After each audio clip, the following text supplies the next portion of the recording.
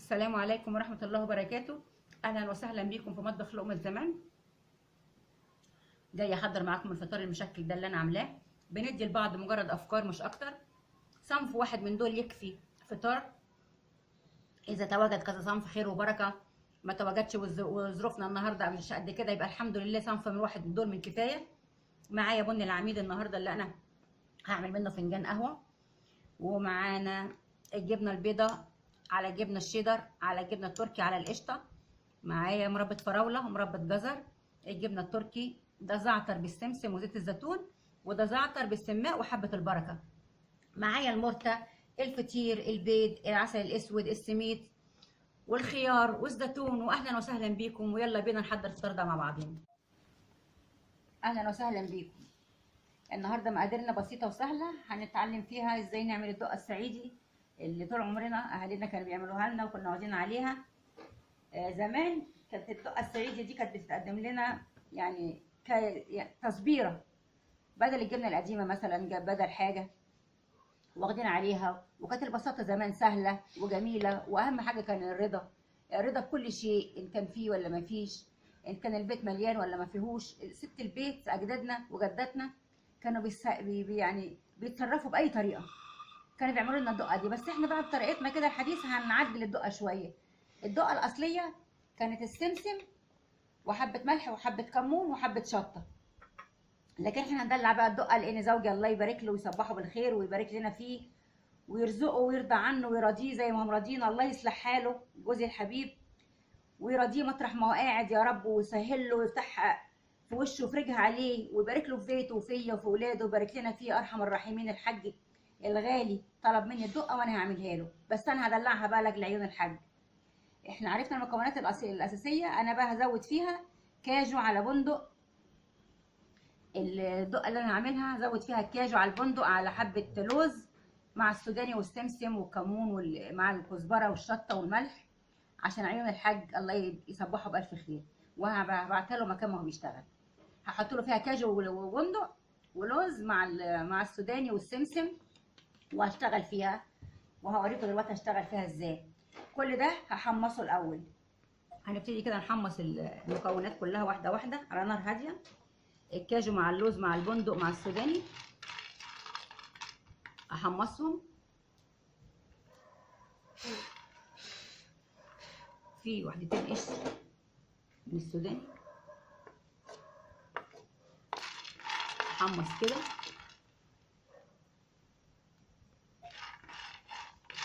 ياخد لون بس كده، مش هيغيب يعني. انا بحمصهم عشان خاطر يطحنوا كويس في المطحنه. كده ازازه الميه كده.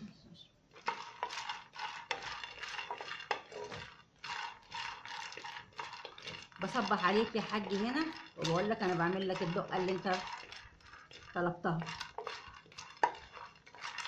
واخد على طعمها. بتتاكل بقى مع البيض مع الجبنه البيضه. في بقى لو زودنا للدقه دي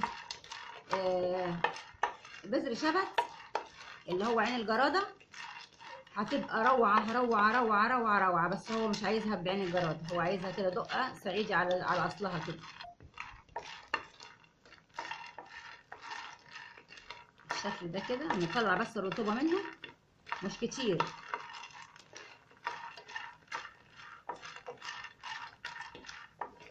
يسخن معانا بس عشان خاطر تطلع الرطوبه منه، ونركنه على جنب كده ونحط السمسم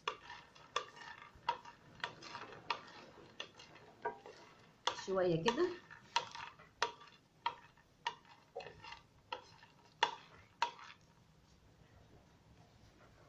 نحط السمسم برده مش هيغيب. العيارات بقى اللي انت بتحبيها، شوفي طعم ايه اللي انت تحبيه اكتر من ايه. انا عامه هنا حاطه كله يعني كله مقاسات واحده بنفس الكوبايه.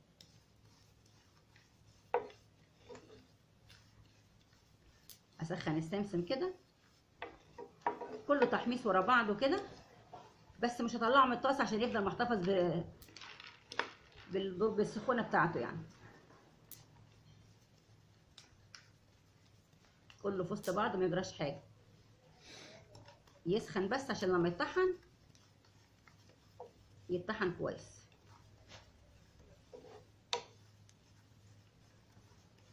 مش هحط كل حاجه مع بعضها، مش هحط كل حاجه لوحدها، كله مع بعض بالشكل ده كده. لما يبتدي يطرقع بقى السمسم بالشكل ده اللي انتوا سامعينه، يبقى هركنه على بعض على جنب هو كمان. الدقه دي احنا بناكلها بالسميد، بناكلها بالبيض مع الجبنه، وخاصه يعني ولادي بيحبوها مع البيض المسلوق بالشكل ده كده. كله يسخن مع بعض ويتطحن.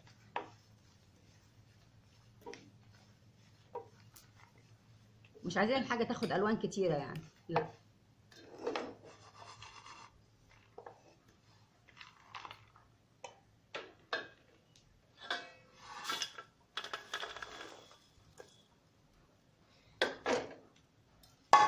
انزلهم كده واحط الكزبره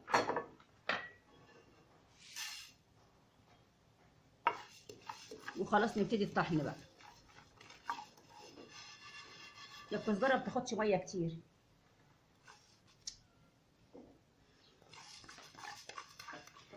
ميه ايه الميه اللي انا بقولها دي؟ الكزبره ما بتاخدش تحميص كتير.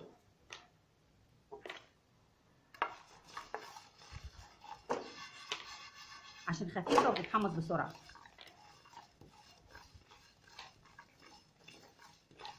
وهنبتدي بقى نحط كله بقى على بعض وناخد منه ونحطه في المطحنه،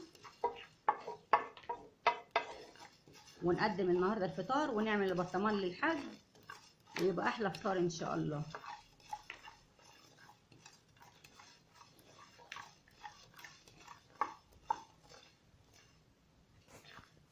حطيت كده كل المكونات اللي انا حمصتها في المطحنه، واحط عليها معلقه كبيره شطه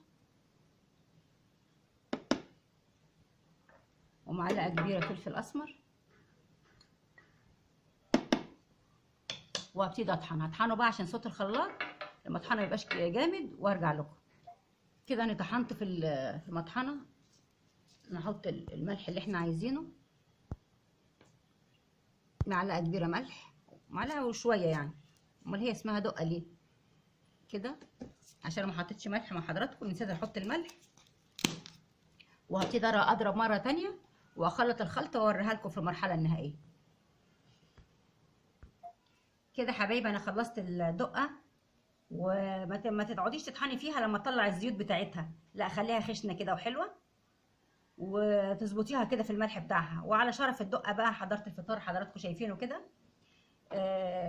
معانا الفطير بالبيض والعسل الاسود والجبنه التركي، المرتة، الزعتر بالسماق بحبه البركه، جبنه بيضه مشكله، جبنه مع شيدر، بيضه مع شيدر مع قشطه مع جبنه تركي، مربى الجزر اللي انا عملتها معاكم. ده زعتر بالسمسم بس، زيتون اخضر وزيتون اسود والخيار والبصل الاخضر والسميد. ده الفطار بتاعنا البسيط النهارده اللي يستاهل بقكم. ومعانا البيج بوس الكبير بن العميد اللي على شرفه النهارده. احنا من الصعيد لتركيا، الله يخليه زوجي الحبيب اللي بعتهولي. وما يقصناش للاكله دي بقى الا خلاص كده البن. بسم الله الرحمن الرحيم. فنجان البن القهوه البن العميد، بسم الله الرحمن الرحيم بالشكل ده كده.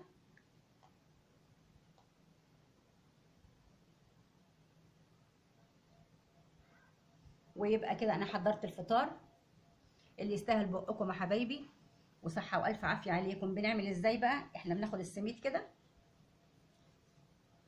بالشكل ده مع الجبنه كده المشكله، دي جبنه بيضه على قشطه على جبنه شيدر على جبنه تركي، وبنحطها في الدقه كده بالشكل ده كده وعلى بقنا. بسم الله الرحمن الرحيم. ادوق معاكم.